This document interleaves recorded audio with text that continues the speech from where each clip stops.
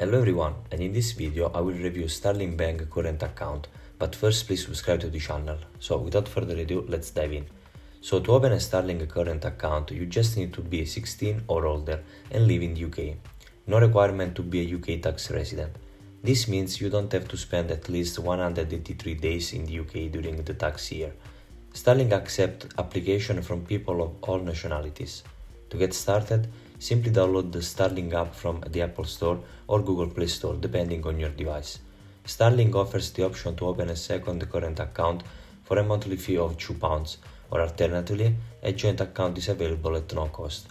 Applying for an arranged overdraft requires you to be over 18, with interest charge set at 15%, 25% or 35% AAR, based on your financial profile, including credit history. Incidentally, any interest charge totaling less than 10p per month are waived. One unique feature provided by Starling is the ability to create virtual spaces to segregate funds from your main account. Additionally, for account holders with children ages 6 to 16, the Starling Kite feature allows you to designate a space for your child, which can be topped up with funds and accessed using a debit card.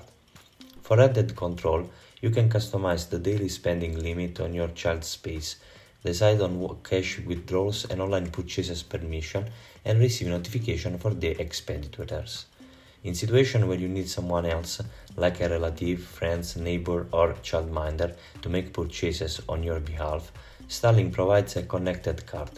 This card grants access to a specific space separate from your main account, with a maximum balance capped at £200. Curious if a Starling current account is right for you? With Starling you can get 3.25% AAR interest on balances up to £5,000, and there are no fees for running the account or extra charges for arranged overdraft.